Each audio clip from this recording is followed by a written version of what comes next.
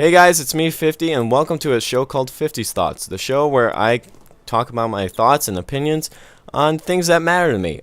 This will be the replacement of Frosty Fridays, so I'm very sorry to Frosty Friday fans. It's just that no one else was interested in doing the show anymore, so this is kind of like my replacement for it. And if you guys enjoy this, make sure you click that like button, and if you don't, make sure you leave some feedback down in the comments section. And today's topic is Spider-Man joining the Marvel Cinematic Universe. Before I start, I do have to give some background information to Marvel Entertainment. That way you kind of understand why this never happened any sooner, and where Spider-Man will be showing up in the Marvel Cinematic Universe.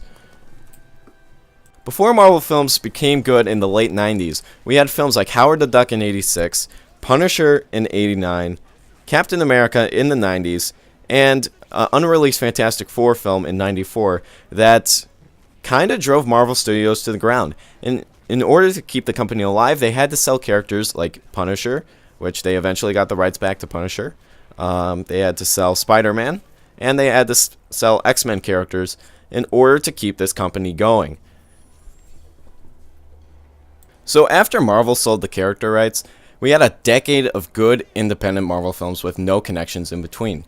In 2008, we saw the start of the cinematic universe with Iron Man, and ever since then, Marvel has stuck with the characters that they have the rights to, until now. Now they are bringing in Sony to bring Spider-Man back into the Marvel Cinematic Universe.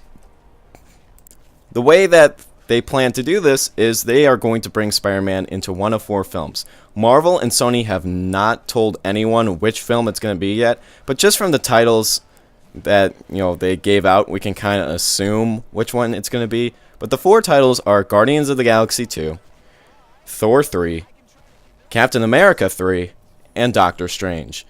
So now it comes down to which of the 4 films is Spider-Man going to be into. And this is where a lot of debate can come in, and this is more of opinion-based stuff. Since, again, Marvel and Sony did not confirm which one they're going to be in.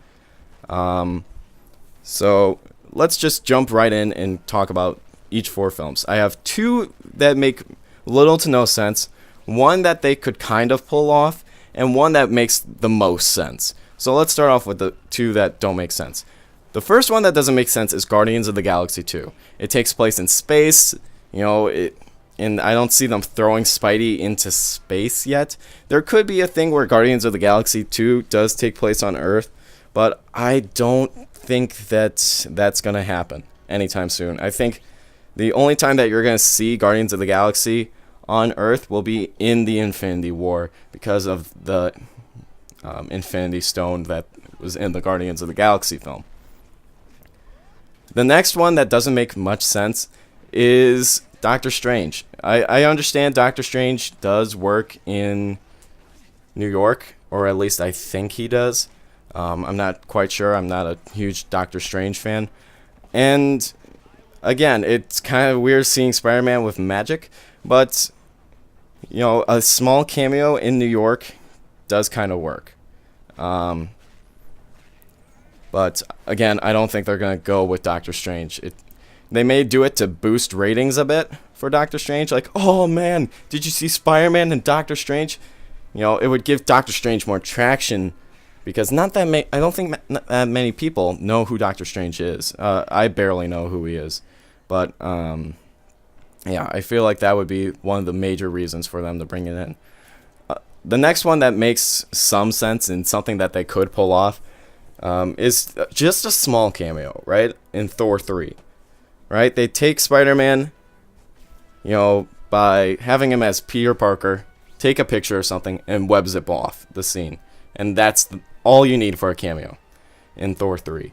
I don't think Spider-Man's going to be a major part of the storyline. I don't think that, they're going to do anything that major with Spider-Man in costume or anything. It's just going to be a small cameo, right? Something that maybe you would miss if you didn't look close enough. Now, if its release date being pushed back, I do believe that is for the independent Spider-Man film, but I don't think that it's going to be, they pushed the release date back that way they could write them in.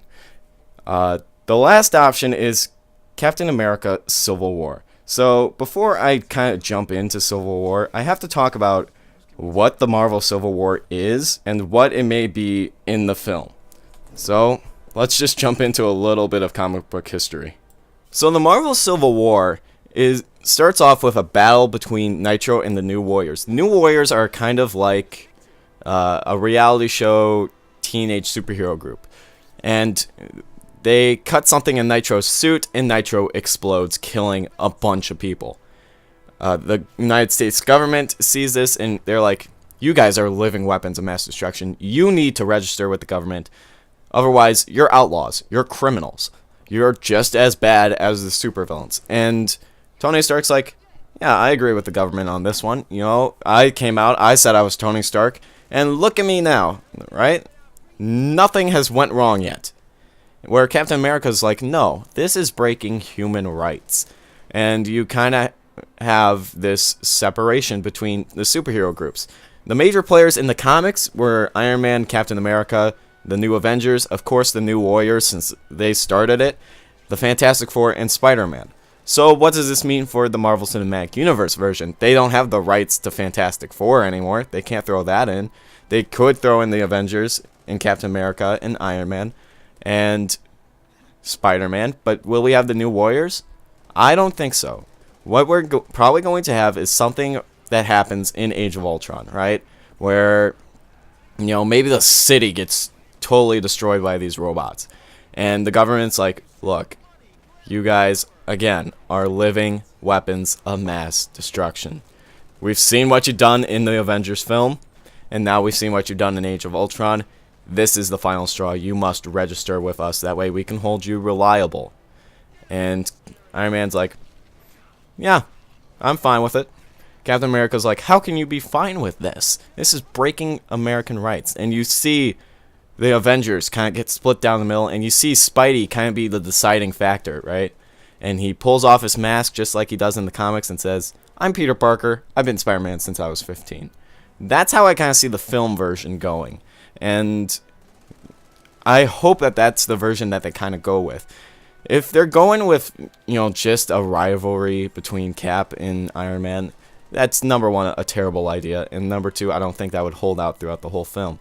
Where you have this mutant registration or this superhero registration act, it really makes a civil war possible. It's not just, okay, who are you going to side with in this little rivalry? It's, they've done things that in the first two Avengers films, which caused a lot of damage, you could see that, but you know, it does show that, oh, you know, even though they are superheroes, they have killed people, they have destroyed lives by destroying these buildings from the collateral damage that always happens in the wars that you see in the Avengers films. So we will see this Civil War, I hope, that we've seen in the comics. And hopefully Spider-Man plays the same role that he did in the comics in the film.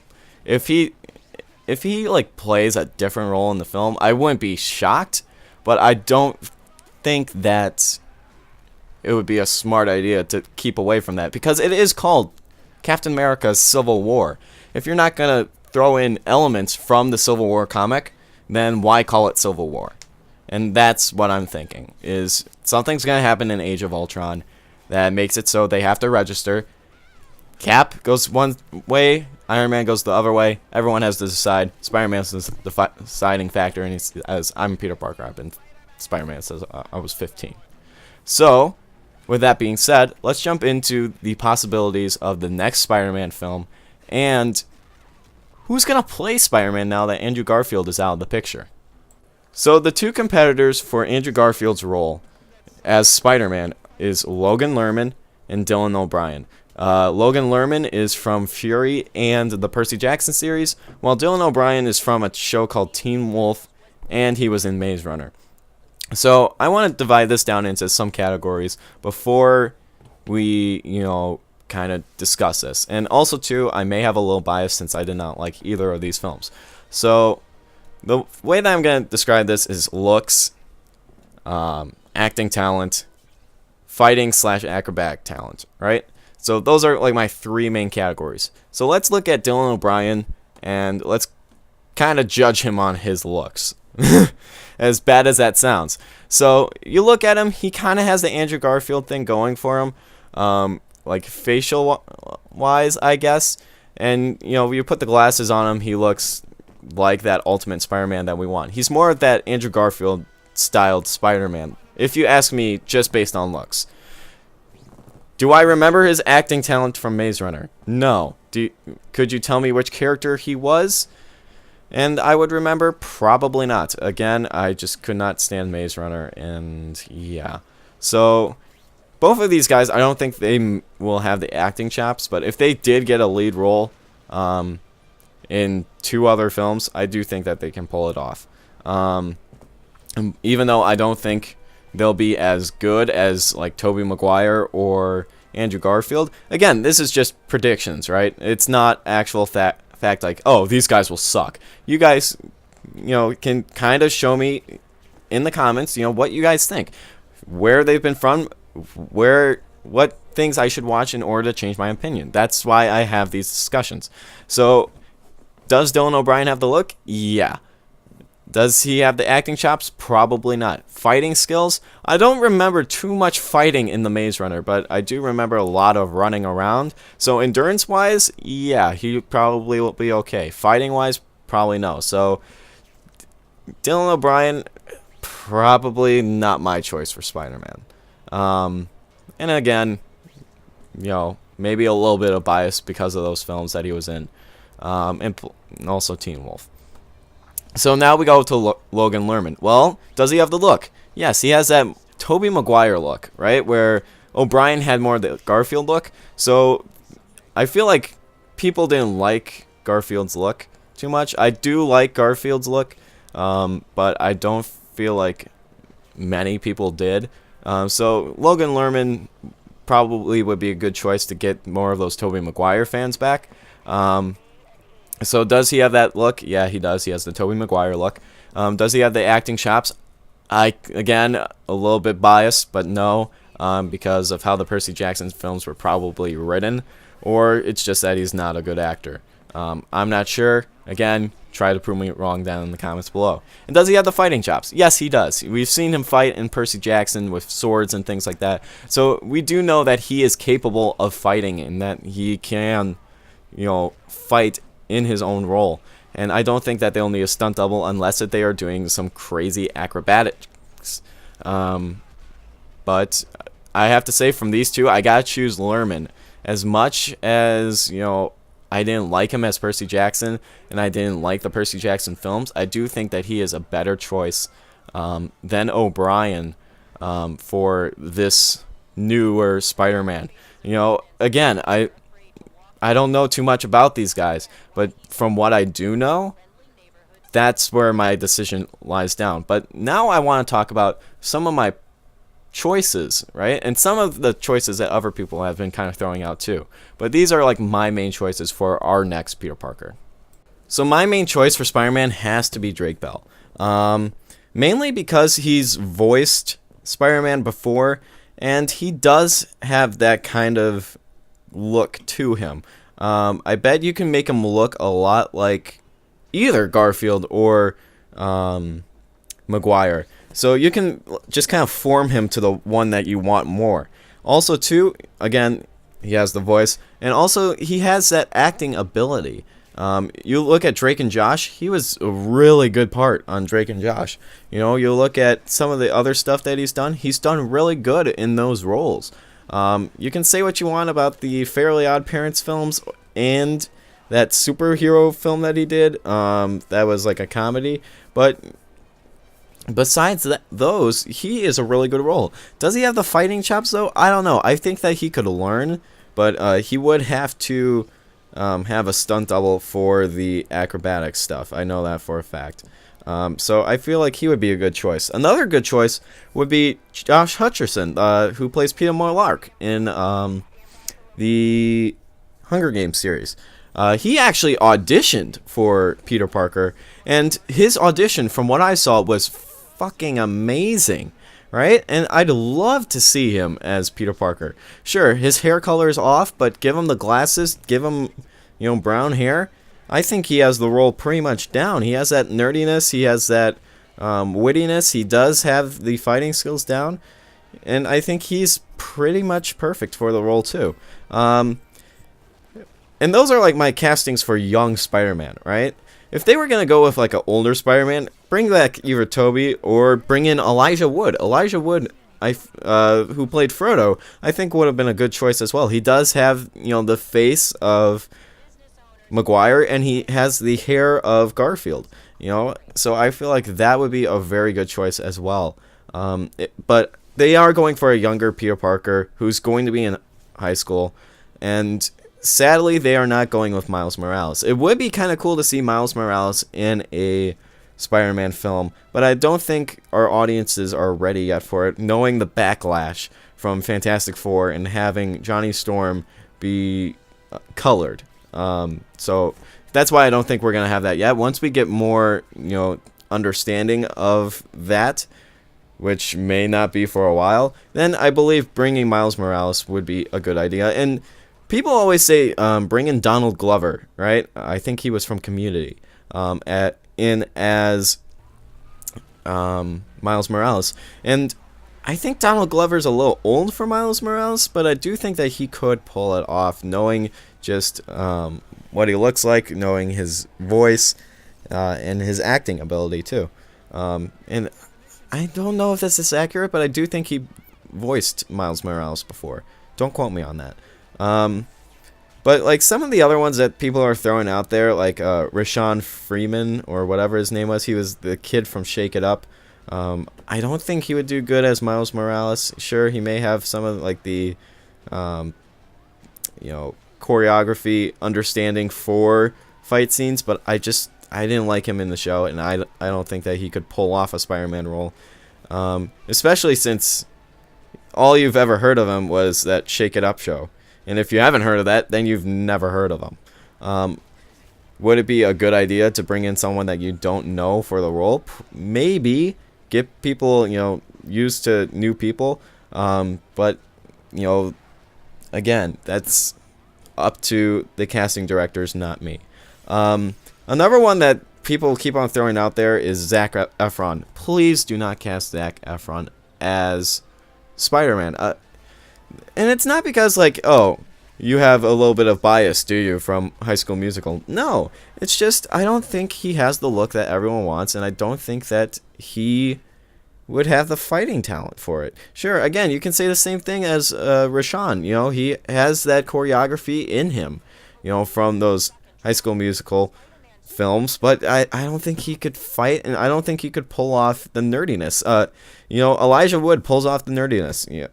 Drake Bell, he can pull off the nerdiness. But Zac Efron? No. I don't think he can pull that off. You watch films like 17 again and the High School Musical stuff, and you just see him as the pretty boy. And I get it. Spider-Man is not supposed to be, an ugly nerd or anything like that. He's supposed to be, decent looking, but Zac Efron, I think, is too good looking to pull it off. Where Elijah Wood, he's okay looking. Drake Bell, he's nice to look at, but there are people who look better than him. So that's kind of my decisions here, if I was casting this. And jokingly, a good cast would be myself. But, I don't think I would have a chance against these guys. But I do want Drake Bell or Josh Hutcherson. I almost said Peter Malark. That's how much I know that guy's name. But I do think those would be my two top choices. So with that being said, let's kind of jump into what I want the next Spider-Man film to be about. But what villain should be thrown into the mix? So rumor has it that this is going to be another origin story for the next Spider-Man film that comes after Civil War, which if it is, just please shoot me now. I am done with origin stories. I am done with origin stories for Batman. I am done with origin stories for Superman. I am done with origin stories for Spider-Man. So please, no more origin stories. Just make it seem like, it's the next one in the Amazing Spider-Man series with, maybe alter things, right? Make it so the story is a little bit different, Don't start off with the origin story again. I do not need that. So, what I do need, though, is I need a good villain. Green Goblin has been done twice. In Amazing Spider-Man 2, they ruined Green Goblin. In Spider-Man 3, they did a similar thing to Green Goblin, which, sorry, James Franco, didn't like you as Green Goblin.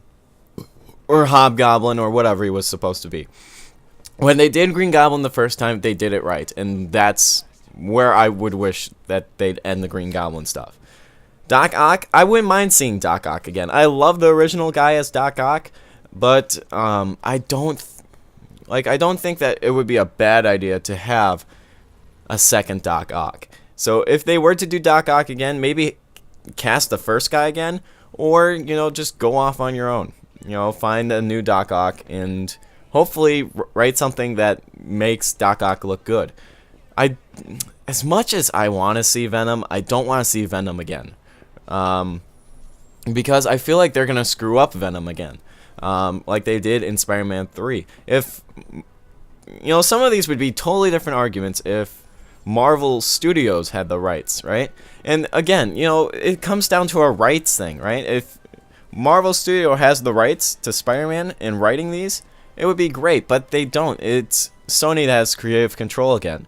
So, as much as I wish that Sony would just lend Spider-Man off to, Marvel and just go, here, give us a script. I feel like that's not going to happen. So, I'd say Green Goblin and Venom are out. Don't do another symbiote either, right? Don't do Toxin or don't do Carnage because I don't think that would be good. Definitely do not do Electro again. It is too early for Electro.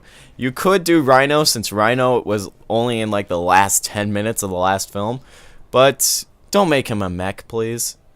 If you're gonna make him a mech, I totally understand, but it would be cool to kind of see him like in the Amazing Spider-Man 1 game where he was a cross species. That would be kind of cool. So Rhino would be a good option. Shocker, I've always wanted to see in a Marvel film. And also Black Cat. Come on, we can get Black Cat in here, right? Come on, make it kind of like the Batman and the Catwoman thing with Spider-Man and Black Cat. And maybe what you would want to do is throw in Kingpin, right? Usually when I think Black Cat, Kingpin has something to do with it. So throw in Kingpin. I think that would be kind of fun, to throw in. Maybe Scorpion would be cool. Maybe, Vulture would be cool. Anything that you could do like a cross-species type thing would be kind of cool, even though I think the game's kind of burnt out on that. And even though, the lizard looked really cool, I don't think it would be a smart idea to do another one. But I think they could pull it off if they were to do another cross-species. Also, too, you have to have Mary Jane in this one, right? Either Mary Jane or Gwen Stacy, or heck, give me both, right? I wouldn't mind having both, or just make it so if you are gonna go down the Black Cat route, go with Felicia, right? That would be so perfect, right? You have Peter Parker and Felicia, hitting it off normally, and then they're hitting it off as Spider-Man and Black Cat, and then have it so they figure out each other's identity, and then kind of have it so that ruins their relationship. And have it so Black Mask kind of gets in the middle of it. Peter's trying to, make Felicia come to the good side, while, Kingpin is constantly giving her more jobs to do, and she has to decide. I think that would be kind of cool. But again, it's all a matter of opinion. And my opinion is they have to do something that they haven't done before. They have to do some of the lesser-known villains, I think, if they want to get a reboot off the ground. Or either that, or just hit hard with two heavy hitters. So what I would say, start off with one minor one, or do two heavy hitters, and hope that you don't blow it. When whenever a superhero film gets to 3 villains in a film, it's too much, right? 2 is a perfect amount, especially if one's going to be an anti-hero. That's why I think the Black Cat and Kingpin thing would work. But if they are going to go with just one villain, I think that they should start smaller, right? They should start off with a smaller villain within the Spider-Man universe. I think Shocker would be a good one. Or, you know, some of the like smaller ones that don't have that many, you know, great abilities to it. So, yeah, that's kind of my thoughts on that. And I guess this is where I'm going to wrap up the video. So I want you guys to let me know what you thought about this video. What do you think about the format? What do you guys think about Spider-Man joining the Marvel Cinematic Universe? And what do you think's going to happen with Spider-Man? And just leave it down in the comments below. I'm not sure what I'm going to be talking about next week. We'll kind of see that next week. And again, if more news drops on this, I wouldn't mind talking about it again, because you know what?